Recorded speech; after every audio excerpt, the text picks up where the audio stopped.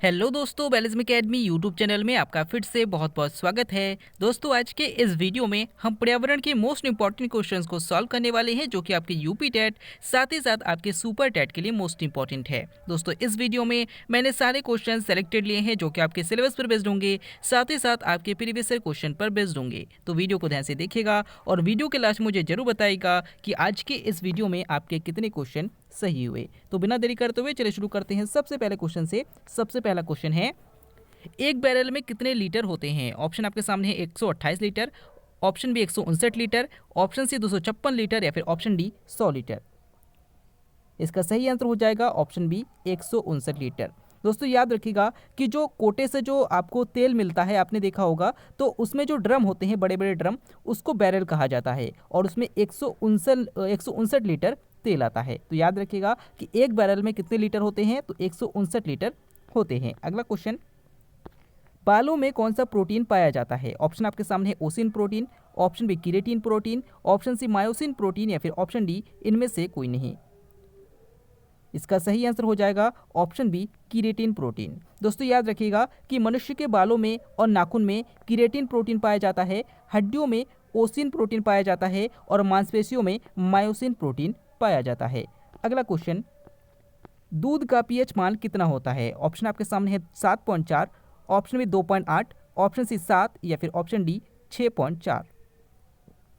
इसका सही आंसर हो जाएगा ऑप्शन डी 6.4। दोस्तों, याद रखिएगा कि दूध का पीएच मान 6.4 होता है, जल का पीएच मान कितना होता है, तो 7 होता है, और खून का पीएच मान कितना होता है, तो 7.4 होता है। अगला क्वेश्चन, फलों को पकाने में किसका प्रयोग किया जाता है? ऑप्शन आपके सामने ethylene, option B methane, option C calcium carbonate या फिर ऑप्शन डी हाइड्रोजन पेरोक्साइड। इसका सही आंसर हो जाएगा ऑप्शन ए एथिलीन। दोस्तों, याद रखिएगा कि फलों को पकाने के लिए एथिलीन का प्रयोग किया जाता है। अगर आपसे पूछा जाता है कि जो सीएनजी गैस होती है, सीएनजी जो होती है उसमें कौन सी गैस भरी रहती है, तो याद रखिएगा उसमें मीथेन गैस होती है। अगला क्वेश्चन, इनमें से कौन सुमेलित नहीं है? ऑप्शन आपके सामने है मूली जड़, ऑप्शन बी हल्दी तना, ऑप्शन सी प्याज तना या फिर ऑप्शन डी मूंगफली जड़। यहाँ पर कौन सा सुमेलित नहीं है आपको बताना है।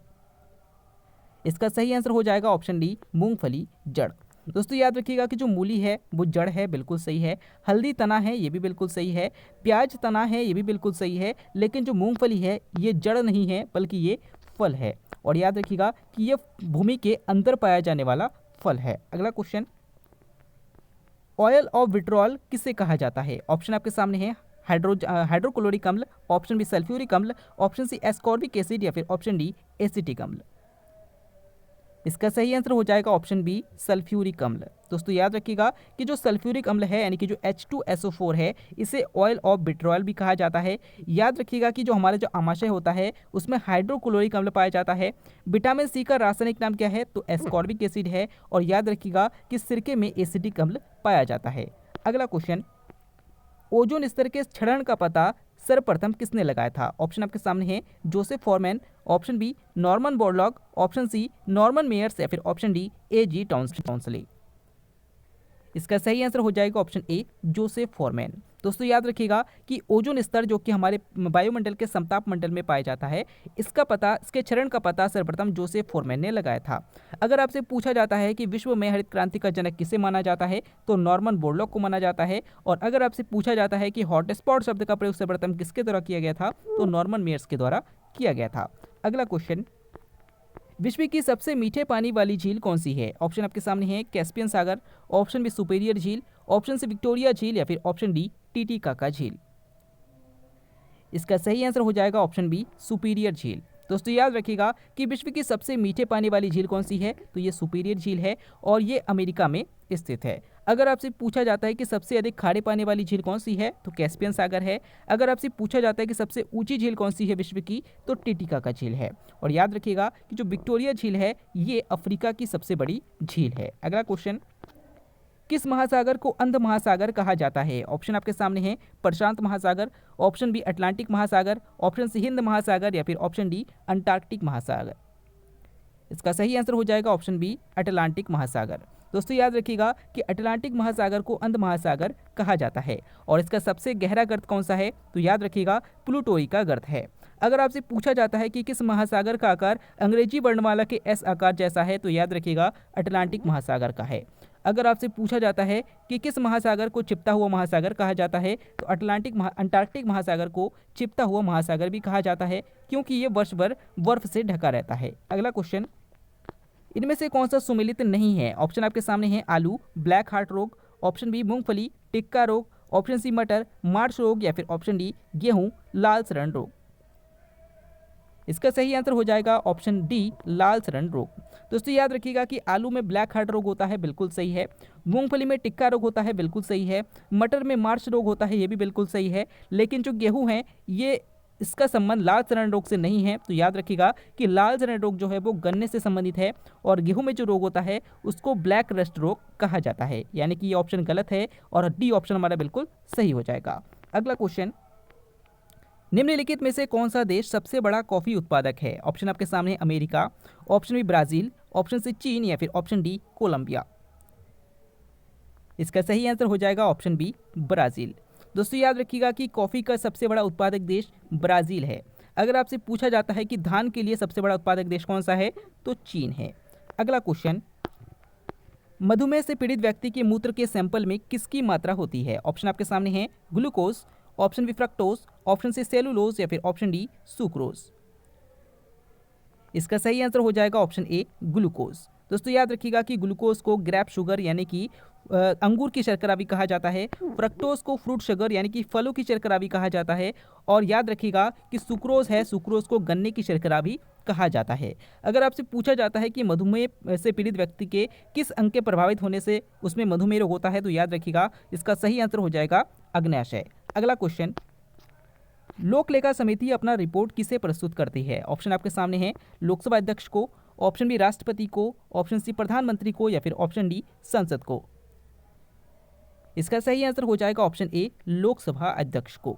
दोस्तों याद रखिएगा कि लोक लेखा समिति में 22 सदस्य होते हैं और ये अपना रिपोर्ट लोकसभा अध्यक्ष को सौंपती हैं। अगर आपसे पूछा जाता है कि सबसे बड़ी समिति कौन सी है तो प्राक्कलन समिति जो है वो सबसे बड़ी समिति है और इसमें 30 सदस्य होते हैं। अगला क्वेश्चन, किस राज्य को गार्डन सिटी कहा जाता है यानी कि उद्यान शहर कहा जाता है? ऑप्शन आपके सामने है Pune, option B Hisar, option C Bengaluru या फिर ऑप्शन डी चेन्नई।